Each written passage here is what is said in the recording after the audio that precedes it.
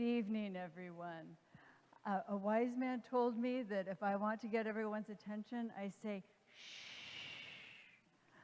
But I think I didn't need to do that for you. My name is Deena Sherry. There we go. My name is Deena Sherry. I am the director of the Ignatian Spiritual Life Center. And I would like to thank all of you for joining us this evening, those of you who are here in person, those of you who are joining us remotely, and of course, those of you who are here to speak with us on the theme of hope. So I will begin by giving a very all too brief welcome to our speakers. And there are more details on their biography, the background that they bring to this evening on the back of your program. But I would like to introduce Father Donal Godfrey.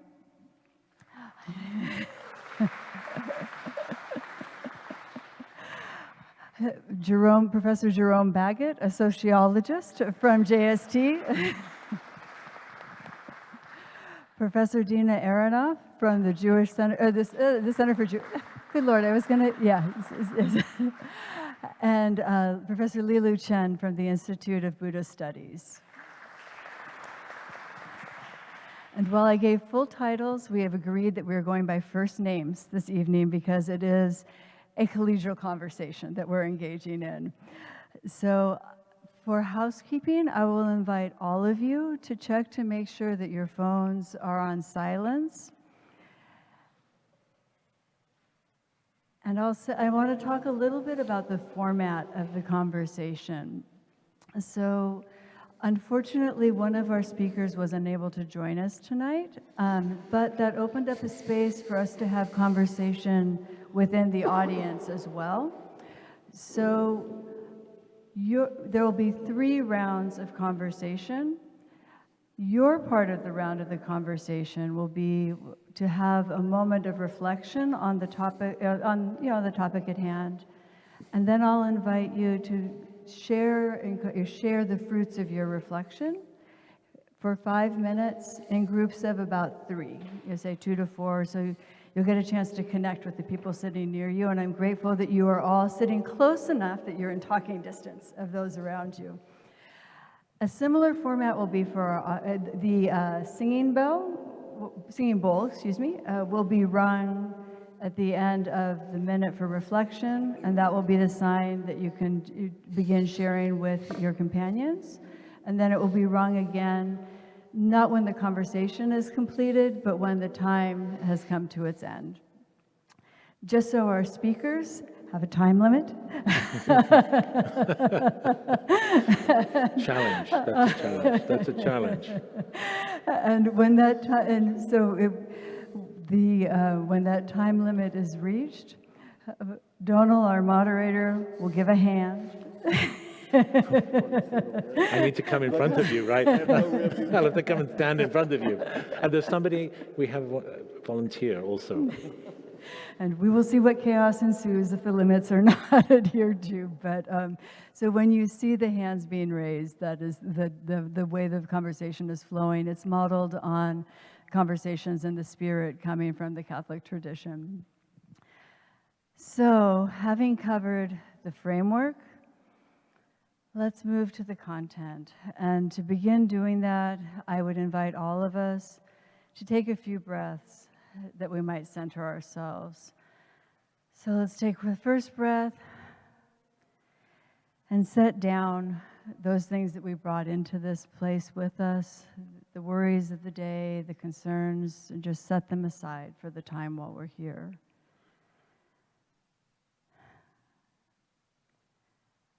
And I invite you to take another breath and look at the people who are in this place with you and offer a sign of peace to the people sitting near you.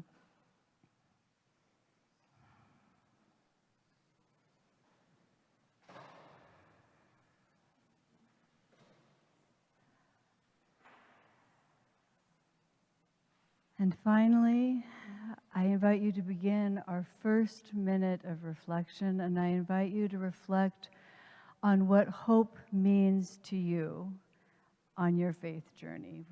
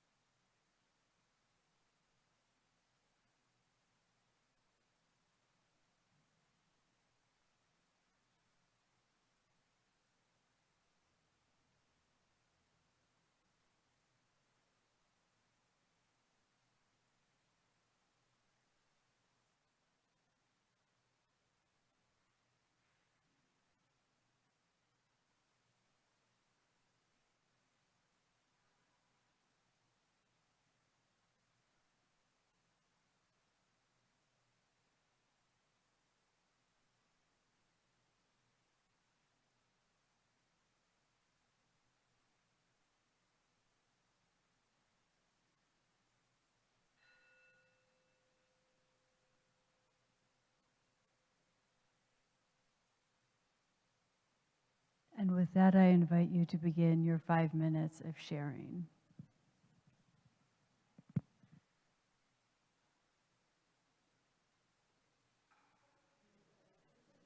Of 2 or 3 with the people who are seated near you.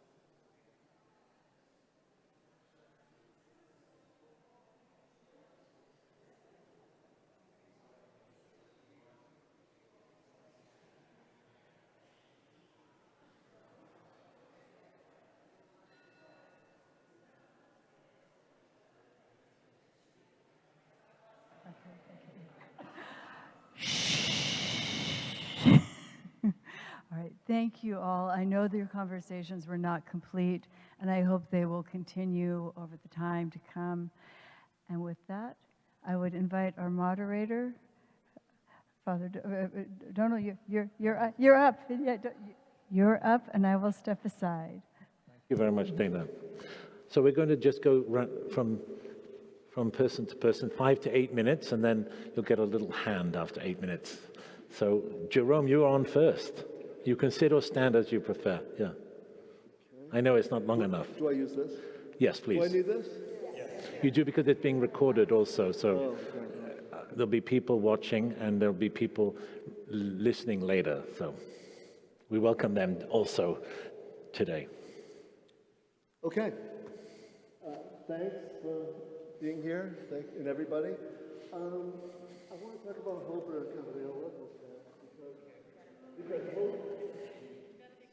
Okay, on two, right? Don't start. A little prologue, then we get warmed up, and then we. Okay. I want to talk about hope, even though it seems like a simple, concrete, clear thing. It's actually wrought of a good deal of uncertainty. And I mean that in two senses. The first sense is what I'll call the definitional sense. Hope is so entwined with other things that we associate with hope. Is hope a desire? Not really. As many theologians and philosophers have described, hope, as St. Thomas says, is a desire towards something possible but arduous to attain. So I can desire to be a starting pitcher for the Boston Red Sox, but I can't realistically hope for it. And I can desire a glass of water, but I don't need to hope for it because it's not difficult to attain. Is hope a feeling? No, not really. Hope requires a level of reasoning that maps out what is possible to attain but arduous. And in fact, hope doesn't require any sort of feeling. It is not associated, as other emotions are, with particular bodily sensations, okay? And in fact, unlike an emotion, we can intentionally cultivate hope, as Donal was saying to me earlier, which is why it's often accounted among the virtues. And is hope optimism? Absolutely not. While hope is pie-eyed, glass is half full, expectations that things will turn out tolerably well in the end, hope is much more clear-eyed, and it's much more unvarnished in the acknowledgement of our poverty, of our emptiness. Optimism is satisfied. Hope conveys a certain vulnerability, precarity. Oftentimes, frankly, one would prefer not to have to hope, okay? So, to say that hope is a desire towards something possible but arduous to attain still doesn't tell us very much about hope. What is it that one ought to hope for? Whose hopes matter most? How does one know when one is being properly hopeful? In short, and here's my thesis, hope is uncertain because it needs to be embedded in a sense-making story. And because these overarching stories change all the time, so do our experiences of hopefulness. Examples? For example, take ancient Greece. In ancient Greece, hope is actually quite ambiguous. It's underwritten by a certain story. You're familiar with the story of Pandora's box, actually a jar. But it's extremely ambiguous. It's a long story, the gods, right? Zeus gives a gift of a jar, and inside the jar that Pandora opens are all sorts of afflictions, sickness, death, envy, and so on and so forth. And when Pandora opens the box, all these afflictions escape, except hope is under the rim of the jar. But it's ambiguous. Was hope intended as a gift to humanity or something meant to be kept from them? We don't know. Was hope one of these afflictions, a kind of a false hope to keep us struggling amid our turmoil? Was hope a real gift as a way of coping with that turmoil? We don't know. For the Greeks, it's the self that decides, but a self embedded within a thick culture of shared, intersubjectively shared meanings. Fast forward to Christianity. Christianity here, hope is an unadulterated good, okay? And it is underwritten by a story of salvation that guides us to certain story of the kingdom of God and so on. That is guided from the outside and directs us towards positive action, co-creation with the divine and so on. And it's guided from the outside. We learn from the tradition how to be hopeful. This is why, this is an aside, I can't help myself. If you read Dante's Divine Comedy, in the Purgatorio, he depicts the theological virtues, hope, faith, and love, as three young women dancing together. They're dancing together, shall we? No, but it's interesting. I read this 5 times without noticing it just about a month ago. Only faith and love lead. Hope never leads. Hope has to be directed towards other people in love and towards a faith that directs us towards audacious rather than puny, self-regarding hopes. Fast forward further, the Enlightenment. I'll be brief. Here again, hope is an unalloyed good that directs people towards positive action, defined as self-assertion and realization and so on. And here, it's underwritten by a story of human progress, if not perfection, right? And again, like with Christianity, it's guided from the outside. The inexorable arc of history with the 2 revolutions, industrialization and democratization, this idea that hope meant progress towards an inevitable good, okay? Now, today, how am I doing? Yeah, get rid of material. How about those Red Sox? No, okay, good, perfect. How about today? How about today? I would say the problem of hope today is this imperfect storm that integrates the self-guidance of the ancients, but the presumption of that hope is good among within the Christian story and the Enlightenment story. The problem is the self that is directed by hope is unencumbered. We're not in a thick sort of ancient culture that has strong notions of the good, the right, and forms of valorization. This is the story of the unencumbered self. I've got to be me. I have to do my own thing. It's funny, and I'm just thinking about this offhand, it was only in 1965 that the idea of identity crisis was coined. Most people haven't had identity crises. You know, that's a luxury. That is a problem wrought of choice.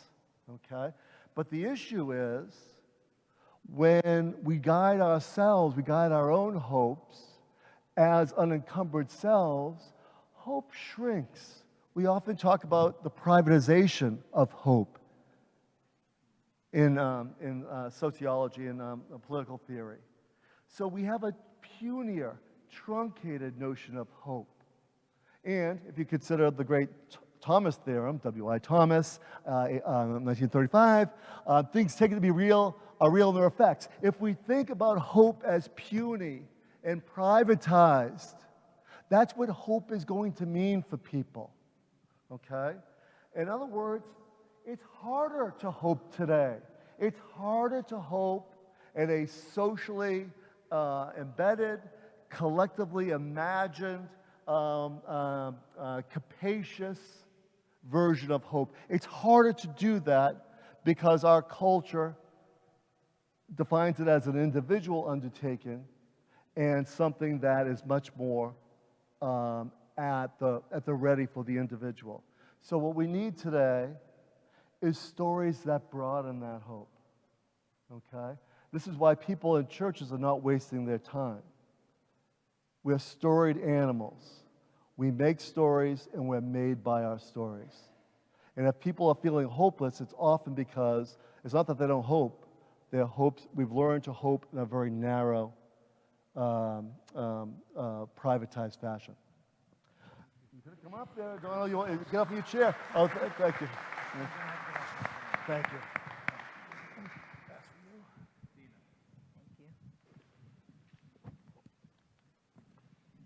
Thank you, Jerome. That was actually where you concluded is where I begin, truly. So thank you, Deena, for hosting us here and bringing us together. We are the stories that we tell. So just picking up on that beautiful point you concluded with, Jerome, it was a big ask for me to think about hope. I think for reasons that I don't need to spell out for those of you that are here. And I thought to myself, there have been amazing people, even in recent history, facing such insurmountable obstacles, who had in them the capacity and energy to imagine things other than as they were. And so I found myself thinking about hope as a function of the imagination. I actually, once I started thinking in those terms, I thought of Psalm 126. The first Hebrew lines of that are Shir HaMa'alot, Beshuv Adonai et Shivat Zion Hayinu Kecholmim, a song of ascents. When the Lord restores Zion's fortunes, we should be like dreamers. And that line of poetry is, the tense of it is actually difficult. Those of you who are, who have some of the Hebrew, we should be like dreamers. That's Robert Alter's rendering, because the tense is ambiguous. Hayinu kecholmim. It seems like that psalm is in a yearning for something, but things are expressed in the past tense. And that mixed sense of the tenses, I think, captures something about hope. It doesn't quite inhabit a single tense. You engage in it now, but you're somehow playing with possible futures. And that power is so strong, the power of being a dreamer. And you can feel the medicine in that. And what if we allowed ourselves to dream? And so when Deena invited us to reflect on hope, I thought, can I soften my brow? Can I imagine relationships other than how they're being conducted right now? I thought, of course, about our great dreamer, Martin Luther King Jr. I have a dream. I literally couldn't read the whole speech as I was preparing today because the chills in my body were so strong. I said, okay, I know. I mean, you visit that speech and you feel the dream. You watching somebody's faculty, someone who can be so in the immediate moment, but fully capable of providing a portrait of what's possible. I mean, let us be dreamers, I say, and find hope in those dreams. I wanted to share, I think that I'm here in part, representing Jewish traditions and approaches to hope. And so I thought, I'll bring another example. There is a great dreamer in the Talmud. His name is Honi the circle drawer. He used to draw a circle and stand in it, and as almost like a petulant child, say to God, where's the rain? I'm not leaving this circle till it rains. And actually, some of the sages resent Honi's kind of presumptuous, petulant, childlike way of approaching God. So that's for another time. But he is also the Talmudic Rip Van Winkle, because at one point, actually jumping off of that verse from Psalms, he says, what does it mean we were as dreamers? And then the setting happens, he approaches this person who's planting a carob tree and says, when do you think that tree is going to bear fruit? And the person says, I don't know, not for me. So then Honi says, well, then why are you planting it? And the response that he gets, and it's very poetic in the Aramaic, but the response that he gets is, I found a world full of carob trees. just as my ancestors planted for me, I plant for my children. At which point, Choni falls asleep for 70 years. And when he wakes up, he sees a mature carob tree and asks the person, do you know who planted this tree? And he said, sure, that was my great grandfather. And that is how Choni realized that he had in fact slept for all those years. And it got him thinking just about dreams and time. So that carob story about the person planting the tree, and I'll just conclude with this, it's another one of those stories that collapse time, where the actions in this world, when they come from a sense of connection between the generations, what we do and how it affects the generations after us, it's a kind of hope in action.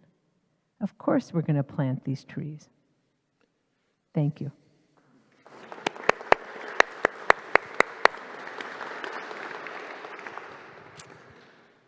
And Lilu. Okay, hi. Is this on? Yes. Yeah. I'm gonna sit for my talk. That's okay. Actually, the way you ended, Deena, is kind of the way I'm gonna start. I'm actually gonna talk about connection. I'll get to that, and the impact of our actions as part of hope. So when Deena asked me to think about hope in the Buddhist discourse, I was like, don't see that word a whole lot. And as I was thinking about it more, I thought, Shakyamuni Buddha taught a lot about suffering. What suffering is, how it arises, and how it ceases. This is encapsulated in the Four Noble Truths, which is the essence of the Buddha's teachings. And actually, it's in this third noble truth that I want to talk to you about tonight, because that is where I find hope in the Buddhist message most strongly. So tonight I'd like to kind of go over the Four Noble Truths just in case you haven't heard them yet, and I'd like to focus on the third one. So the first noble truth is that there is suffering. Suffering exists in this world, and I see a lot of people nodding their heads. I think we all know about suffering in some way. We live in a world that leads us to feel lacking, unsatisfied, stressed, and pain. Can any of you relate to that? Okay.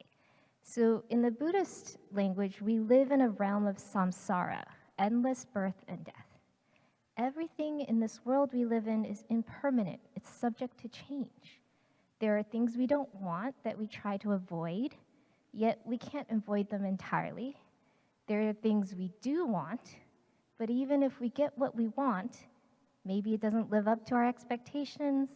It changes, it gets lost, it leaves us eventually. It's why we're unsatisfied. So the first noble truth invites us to recognize and confront that we live in a precarious world. So I'm setting us up to hope, so just be patient. So the second noble truth that the Buddha taught is that the origin of suffering is tanha. Tanha means clinging or craving. That is the origin of our suffering.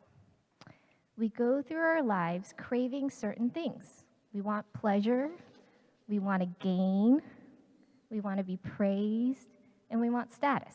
That's normal. That's what we want. And we try to avoid other things. We avoid pain, we avoid loss, we avoid criticism and disrepute. Like, I don't want to do a bad job on this talk, because then people will think badly about me, right? So we cling to these things that we want, and we try to push away these things that we don't want. We also cling to permanence. We wish for permanence. We live under this illusion of permanence, that when we get what we want, it'll be great all the time. When we get what we don't want, it'll be terrible all the time. The other thing we cling to is this fixed sense of ourselves. This leads us to be greedy, egocentric, do things to other people so that we can protect what's me, what's mine. So all of this is clinging and craving. It leaves us agitated, on edge, and unhappy. It makes us fundamentally disconnected from the real interconnected nature of all things. So it kind of separates us farther and farther. So that's the second noble truth. Okay, dun dun dun. This is the third noble truth. I'm really excited because this is where hope is. The third noble truth states that there is an end to suffering. That's it, that suffering ceases, that suffering can cease. That there is an end to this perpetual cycle of clinging and craving. And that is the good news of the Buddha's message and what he spent his life looking for and finding. He found a way to the end of suffering through the middle path, the one that rejects the full-on extreme of sensual indulgence and the other extreme of complete aesthetic practice. Through the middle path, the Buddha identifies that it's not so much the objects that are the problem, it's our attitudes of clinging and craving to those objects. That is what causes us so much harm individually and collectively. In the third noble truth, we are reminded that there is an end to suffering, that the end of what is so painful, distressing, and empty feeling does exist and it can be found. We all have this potential to awaken and to find freedom and lasting satisfaction. No one is condemned to suffer forever. And perhaps the most hopeful part of this truth is that we have the ability to end suffering in each and every moment through our choices. These are little micro choices. They don't have to be huge. There's the choice to put down anger for a moment, the choice to practice generosity with a stranger we meet, the choice to put in the effort and courage to come here and listen to the Interfaith conversation on hope, right? These are all little choices we are making. Actions, which is the real meaning of the word karma, are constantly being taken and constantly producing new outcomes. Therefore, in every moment, we are empowered to create a new future. And because I can't leave it out, the third noble truth identifies the eightfold path that leads to the end of suffering. So the Buddha left some good instructions on how to actualize the end of suffering. He named 8 aspects on how to live our lives in a way that does not perpetuate suffering for ourselves and for the world. And real quickly, this involves 8 aspects: re-examining our views, our intentions, our actions, our speech, and our livelihood. Constantly kind of re-examining those, and then cultivating wholesome effort, mindfulness, and concentration. So that adds up to 8. This gives us a blueprint for a life that leads to the end of suffering for ourselves and for our world. So the 4 noble truths taught by the Buddha: there is suffering. Suffering arises from clinging and craving, and that this suffering can end through the cessation of clinging and craving, and that there is a path to the end of suffering, which is the eightfold path. So this is where I find a sense of hope for myself and for the world. I see it as a way through and out of the suffering we all face. Thank you. Thank you. So we're going to take just 1 minute to reflect in silence on what struck us about what we just heard. So just take a minute in silence, and then we're going to go into the groups that we had before for 4 minutes or so to share with each other.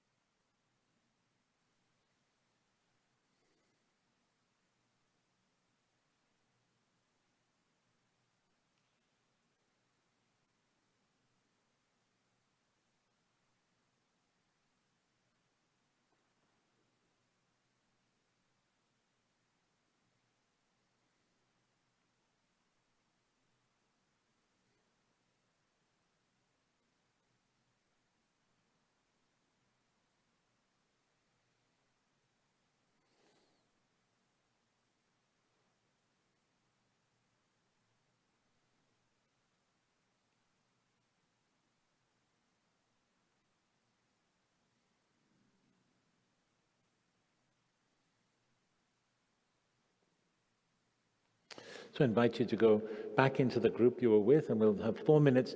What was it that struck you about what has been shared? Thank you. Great.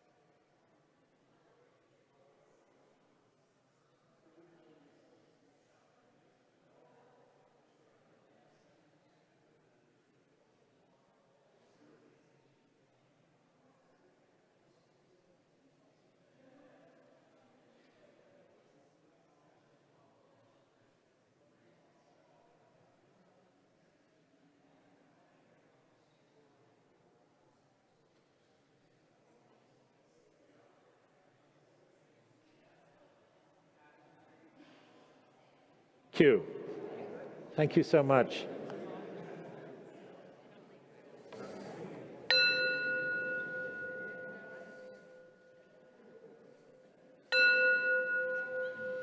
Three. Welcome back. Thank you for that, for participating. So we're going to go in a different order this time.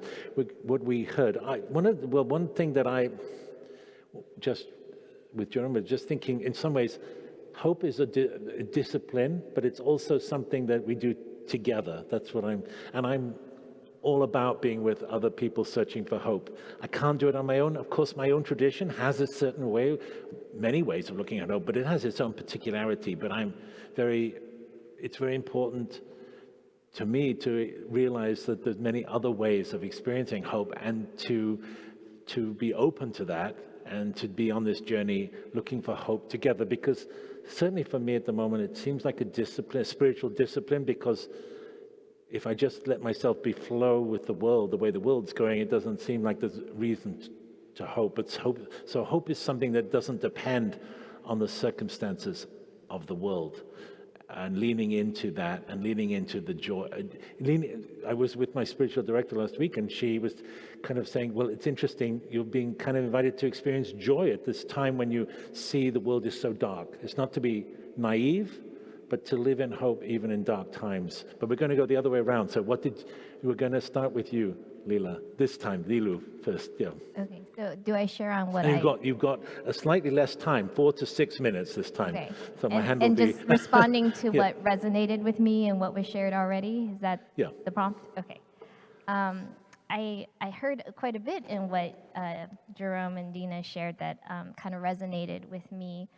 With Jerome, it was what he said towards the end about hope shrinks when it's privatized, when it's all about like me and my little personal story. I mean, my story is important, certainly. I don't want to dismiss that. But there is something that resonates with me about hope connecting. That's what Deena said. It's this sense of connection that kind of, for me, really resonates with the sense of hope. And in the Buddhist practice, we often and almost always dedicate merit. We say we're not just doing this practice for ourselves, just to save me. Of course, I want to save me. But it's also, may the merit of my practice help all beings in the world. And that's like a foundation of the practice, that we are doing this not just for ourselves, but for all sentient beings. And that really resounds. I do practices like that in my tradition. Another one is metta, or loving kindness meditation. The hope, the joy, it expands. The love, it expands, and it gets more and more, stronger and stronger. In Deena's talk, I was sort of chatting with her just now about the ability to imagine things other than they are. I really resonate with that, because things as they are in this very moment will not last forever, right? The next moment will be different. The next moment will be different. And so there's always that possibility that it will be different. It will not be the same. It will be different. Whether it's the different that you like or the different that you don't like, that I can't tell you, right? And the last piece I want to share on is the story about planting the tree. Actions that connect. These are like what the Buddhist language would call wholesome acts, right? Acts that are done for the greater good, for our good, but also for the greater good of future generations, and that they're connecting. And so these are the actions that lead to further good actions for ourselves and for everyone else. And that, I think, brings hope. It generates hope. You know, by planting the tree, it's an act of hope. But we receive the hope of previous generations as well, right? It's not just us doing this hoping alone. So I'll end with that. Thank you. Deena, yeah. Wow. And I was very struck by, and Donald, I think you revisited it just now, the idea of it being a discipline. And in the case of what you taught us, that it comes after this practice of awareness of the impermanence of things. So this is, I think I'm struck by the fact that the word hope is such a casual English word. Like, will they collect the trash today? I hope so. You know? Yes, yeah. And so the reminder of the discipline of it and the faculties that we summon so that we're moving in positive directions. And religion, which again, if you just read the headlines, it is so often becomes an instrument of power and oppression, but at its best, it provides exactly the kind of life-affirming design that is collective.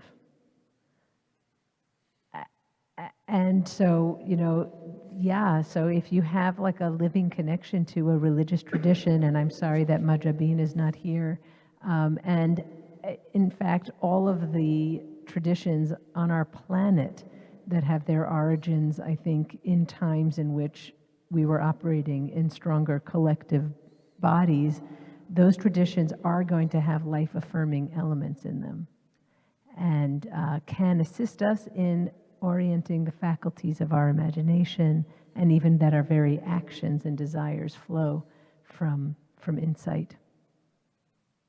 Thank you, Deena. Jerome. Let me think. Well, thank you, guys. A few things came to mind. One, I'm trying to phrase this well. Listening to Deena first and then Lilu, it reminded me that there's an unintended consequence to the Christian story that we should pay attention to. So much of Christianity has become what Charles Taylor calls the excarnation: words, ideas, concepts, logos, orthodoxy, ortho, right, dosa, idea, belief. And Deena reminds us that there are different registers for expressing hope: imagination, creativity, I was thinking art, and so on and so forth. And so we just think about ideas. Well, then you have to master the ideas, and who does? But we can all be imaginative. We can all be creative. And then Lilu, the other thing about the Christian story, it's a Messiah religion, right? So we think of, you have to do a big thing. You have to save the world. And like, how are we going to get people to lick the envelopes for the letter campaign to the mayor or something like that? And Lilu reminds us, no, that little things are things. And if a lot of people do a lot of little things, that's a big thing. And so I'm not saying this is a problem, but I'm saying an unintended consequence of the Christian faith can valorize big ideas and forget small acts of kindness, imagination, and so on. Some days we're not up for big ideas, but we can dream, we can make choices, and so on. So that's one thing.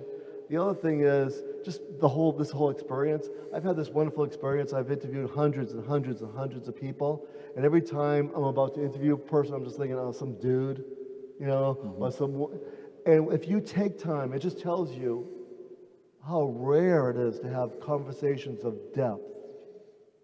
I'm not even a hugger. I've interviewed people for like hour and a half, 2 hours sometimes, about really important things. People cry, they hug you, and all this kind of stuff. And then you just realize this dude is actually this incredibly deep well. And we forget that because we have access to our own interiority and our own depth, and we just often rely on stereotypes and presumptions of others. But it's this times 8 billion. And that's hopeful. And to have conversations like this are just reminders of that. And then the last thing, if I can, Yeah, and then the last thing, I think, I don't know who made me think this, maybe it was you, Donal, I can't remember. It's even weird to say something like, to think of hope as a noun in a way, to have hope, to happen to have hope. That seems so, like, I happen to have an itch on my back right now. Who cares, you know? I think we should think of it in a verb way. To be hopeful. That's something that's intentional.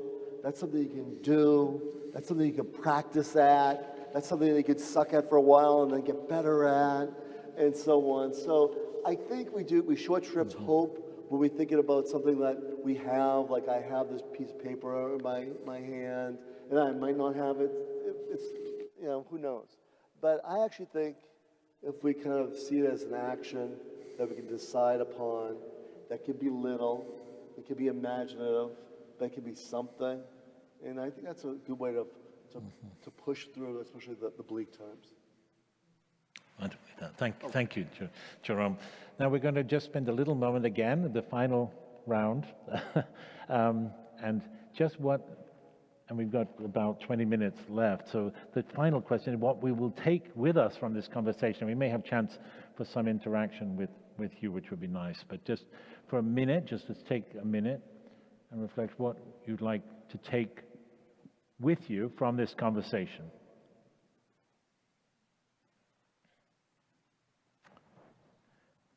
If you want to, whenever you're ready, you can go into the groups. If you're ready to talk, that's okay. So we get another round, you get another round, yeah. Well, I'd also like to hear them. Yeah.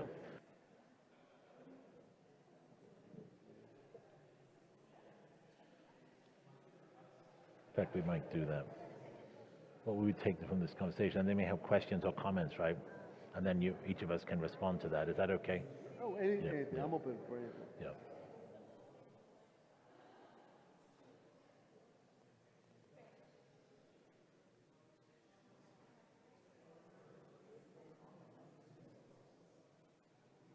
I'll give them 2 minutes. You're very kind. I better be quiet. I'm on microphone. How's USF doing?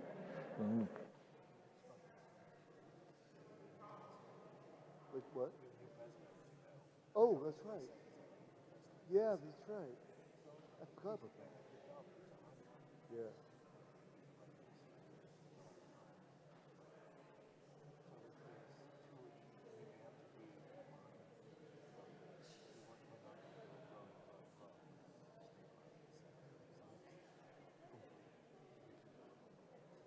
Good.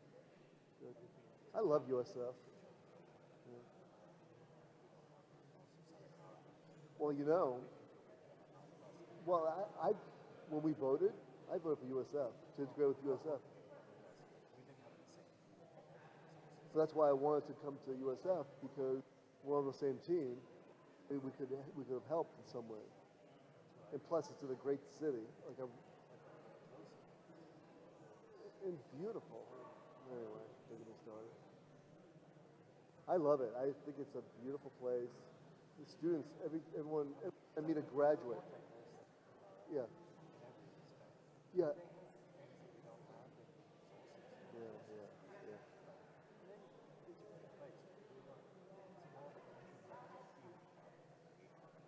Oh, well, that's the problem, I think. But every time I talk to a USF alum, they love it. It's amazing.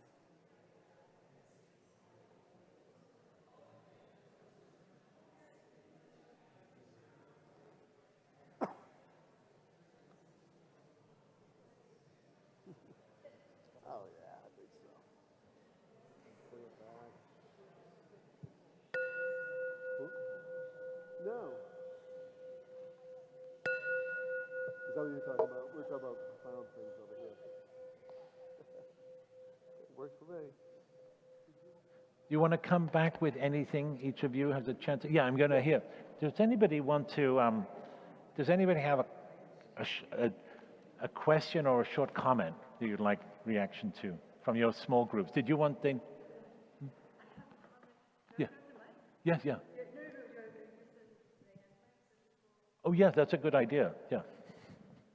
So we can hear you. Anybody? Chuck.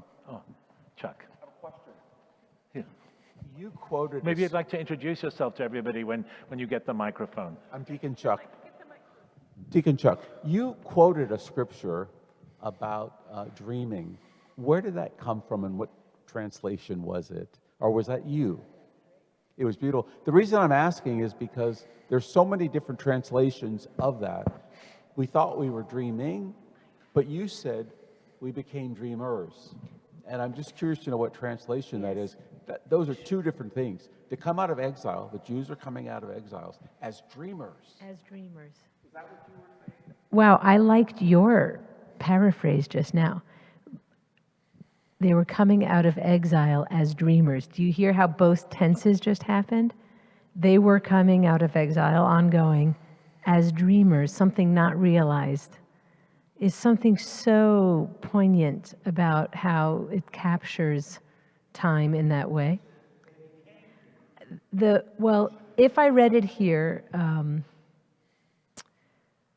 we should be like dreamers, which is its own translation. That is Robert Alter's translation, and it's from Psalm 126. Hayinu kecholmim. We were like dreamers. Thank you. You want to introduce yourself, David? Yeah, hi, I'm Dave Rico. I'm a friend of Donal. I wanted to ask Jerome, could you say more about the privatizing idea?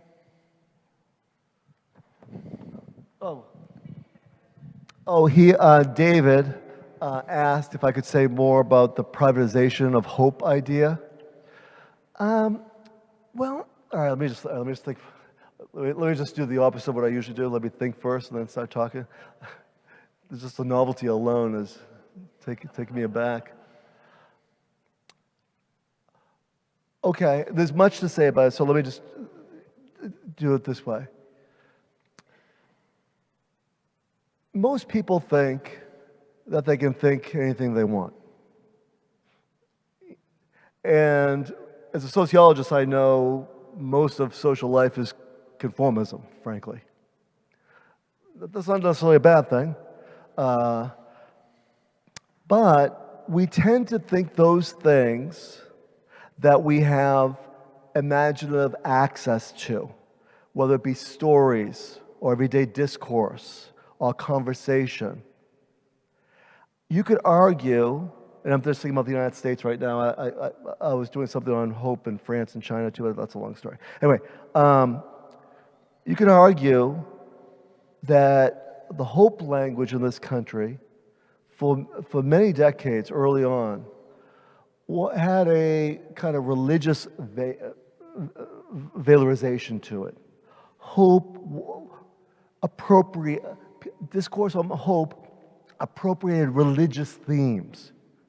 Okay, usually Judeo-Christian themes. You know, if you want to think about war, you might think about, you might think about Exodus, or if you want to think about sacrifice, you might think about whatever. Okay, then slowly that turned into much more Republican themes, like themes around nationhood, institutionalization, and so on. And now I would say, probably in the post-war period, a lot of our language about hope gravitates around language of individual, self, and so on. That's not necessarily a bad thing, but when you draw upon the available meanings to you, and those meanings are not up to the task of imagining a species of hope that's collective and more audacious, then it's hard to think in those terms. The problem isn't that people don't think hopefully. The problem is their version of hope has been so constrained by the repertoire of meanings available to them in their daily lives. Does that make sense? Oh, here's a good example. Can I just give a good example? When Rosa Parks, because you made me think of it, because you mentioned the civil rights movement. When Rosa Parks died, I think I might have told the story once before. I just happened to think of it. When Rosa Parks died, the New York Times wrote an obituary. And the obituary of that, the title of that obituary was Rosa Parks and her dates, I can't remember, I'm sorry.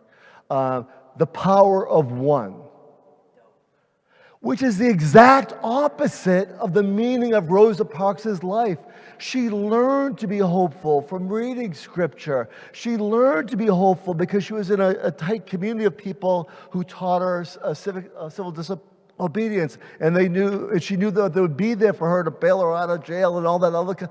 The power of one is the exact opposite, but in order to describe her lives, those good writers at New York Times drew upon the meanings that they had available. And then do those meanings become the meaning of her life, if we all agree to it? And I would say no. We have to kind of broaden those repertoires of meanings. And pastors do that, scholars do that, but guess what? Parents do that. Musicians do that, artists do that, dancers do that. You know, the imagination flows from many wells, and we can all participate. Thank you, Jerome. Anybody else? Mike, and then we'll come to the back row. Somebody in the back row. Sorry, would you like? Yeah, no, please, no. I think it's difficult to come to St. Agnes and not think about immigration. Mm-hmm. And when I say this, thank you, Deena, for talking about coming out of exile as dreamers, and Deacon. Our grandparents, many of them left lands that they were very comfortable in, but they were seeking a better life, and they were seeking hope. Yeah. And they came to places where they didn't know the language, they didn't know the customs, and they would ultimately be discriminated against, and yet they came, and they came with that hope. I think what I struggle with right now, in the place we are right now, is that we as a nation are dashing people's hope. Thank you, Michael. Yes, absolutely. When I focus on that, when I read what's happening in the concentration camps and the way children, let alone anybody else, are being treated, it almost fills me with despair. But when I come together with other people here in church or in Sansom Street, outside the ICE space and the Interfaith meetings there's a sense of hope that transcends the horror of what is happening. And somehow the two, hope can go along with, because I know people who are struggling, and Pope Leo gave me hope when he said on the plane, there has to be a better way. There has to be, that's kind of what gives, there has to be a better way. We can't go on like this. But I'd like, would you like to respond to Michael Pappas? Yeah.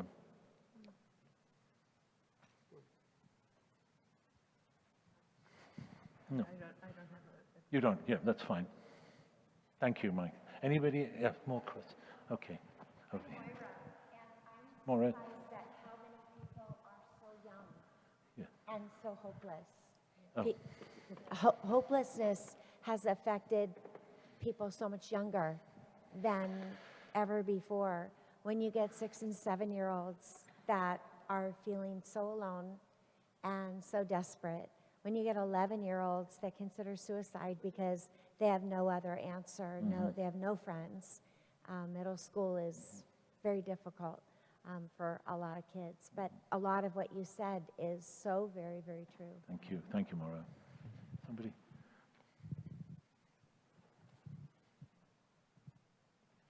We have time for a couple more questions here. Yeah. Hello, my name is Stephen Leader, and actually I go to Shahrazad Synagogue. So, Renee, I'm really glad that you are here. And actually, Renee, one thing that I did really take from your last conversation was this concept of, I guess, ancient traditions. And I'm thinking here we are on a lonely land, and how these traditions really had life, the life force and hope just embedded into them. So thank you for that. And it also occurred to me, how would you describe how modern religions are still carrying that torch? Because I feel that's important, and how we can keep hope alive, I guess is one way of putting it. Maybe I'll take a few questions and then you get a final word each. Is that okay with everybody? You wanted, did you make a comment? Anybody, there was somebody else here? Pardon if this is kind of a broad question for all speakers, but the theme of cultivating hope was brought up. How does each faith, or what philosophies are there to cultivate hope, especially nowadays? Thank you. I didn't catch that. Oh, and then, yeah, question. You want? Hi, I'm Bob Boguski. I'm a They St. can't Agnes hear. parishioner. I'm sorry, I thought you could hear. I apologize. They cannot hear you, so Can I'll you- have to repeat the question. Can you hear me now? Okay, how's that? Listening to the three of you, I had the quote from the pamphlet by Lenin screaming in my ear, "What is to be done?" What does hope mean to you practically in terms of action? Thank you, Bob. So we're going to give you, before I hand over to Deena for the final word, each of us will have a chance to respond or say, have a final word. Is it? Yeah. I can start. It's easier to start. So I'll try and respond a little bit to some of what was asked. How do we cultivate hope today?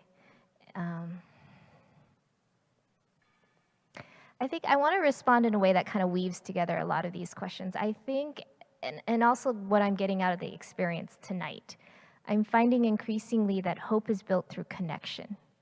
That being here with others who want to hope, who have this aspiration for hope, who desire hope, who care and have the same vulnerability of despair and like what is going wrong, this is wrong, that sense when we can get together and connect around this, that creates hope, that emboldens hope, that enriches our hope, right? It's almost like we need hope, we need to be hopeful of other human beings.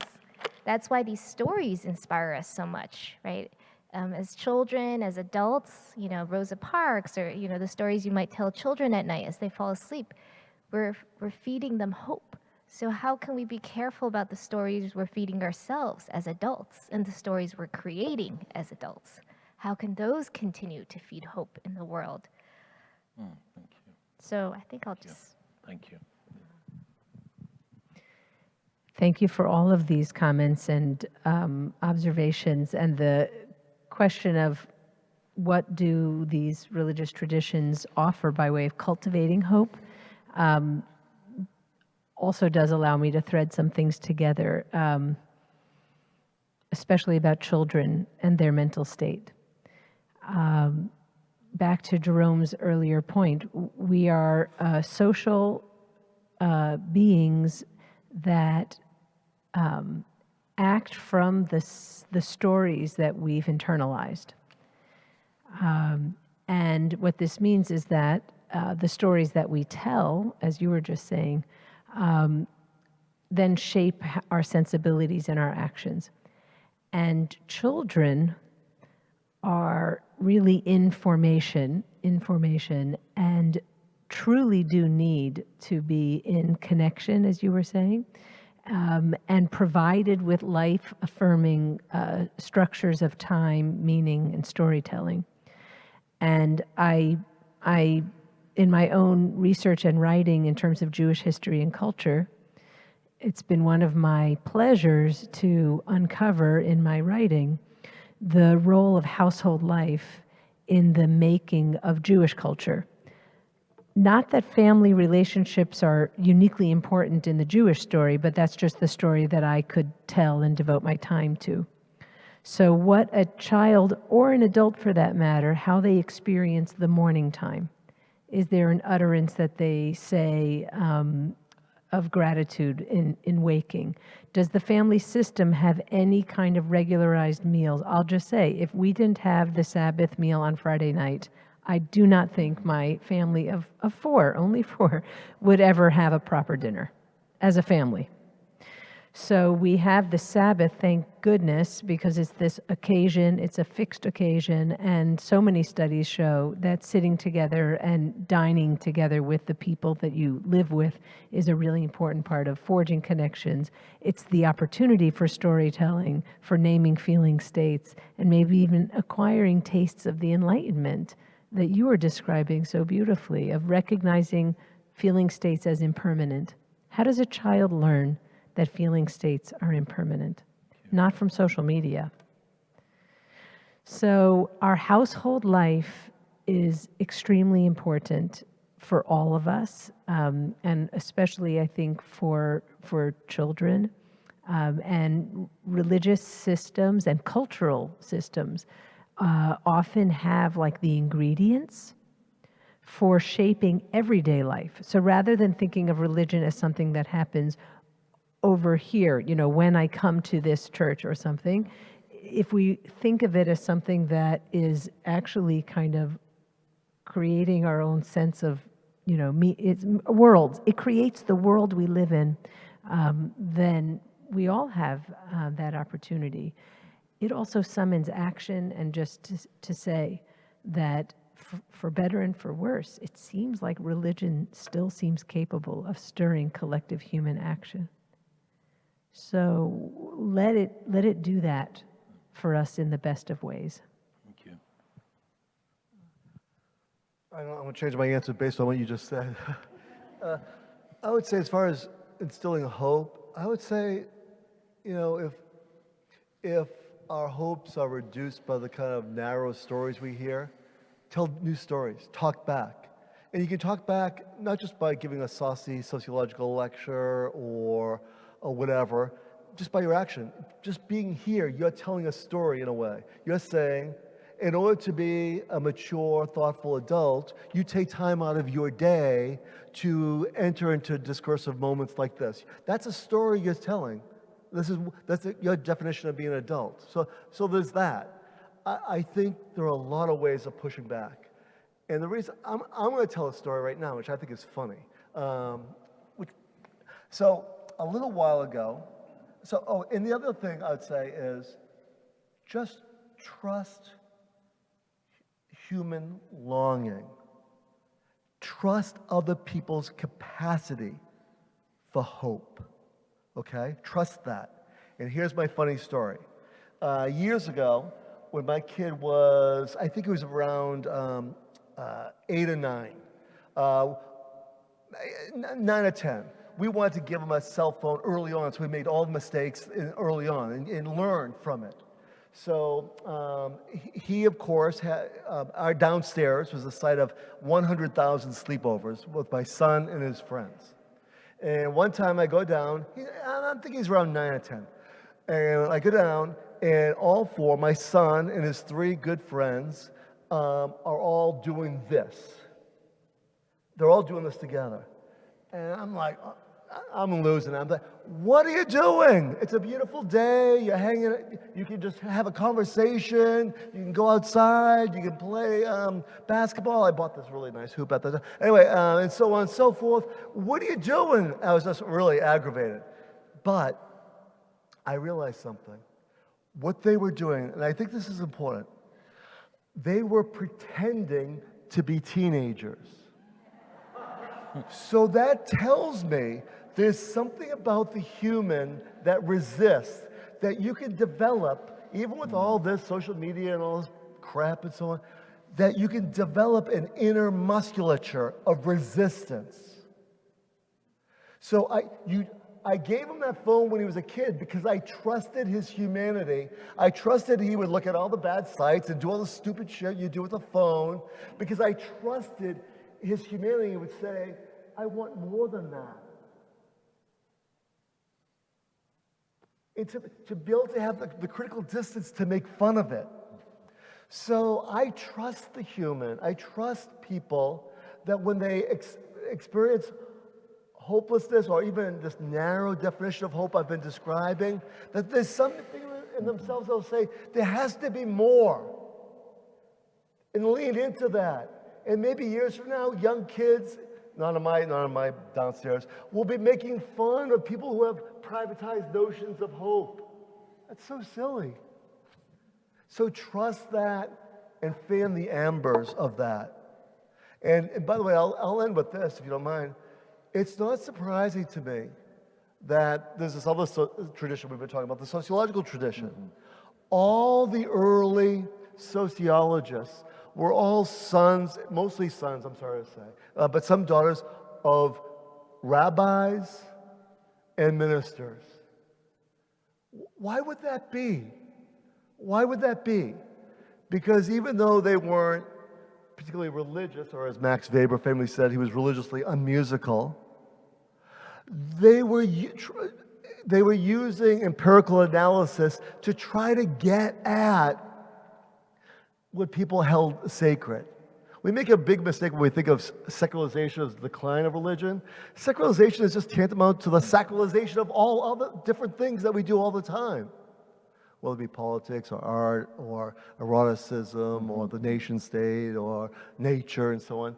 So we are sacralizing animals, and we are longing animals, and we know when we're in a cage when we feel it. We know that this isn't good enough. We know that over time, that puny definition of hope can't be all there is.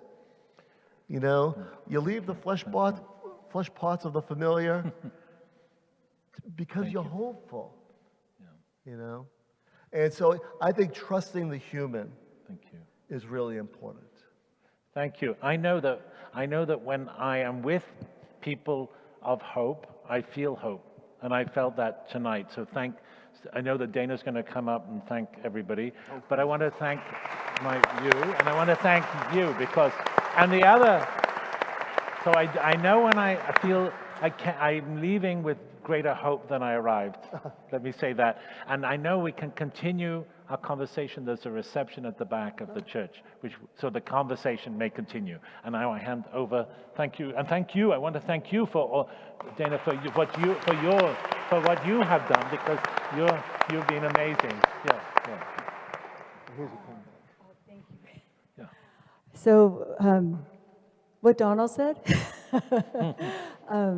In truth, we all came to this place because we had that spark of hope, and because of what the conversation that has taken place here and the conversations that have taken place there. I think we're leaving with a bright flame, and thank you for that.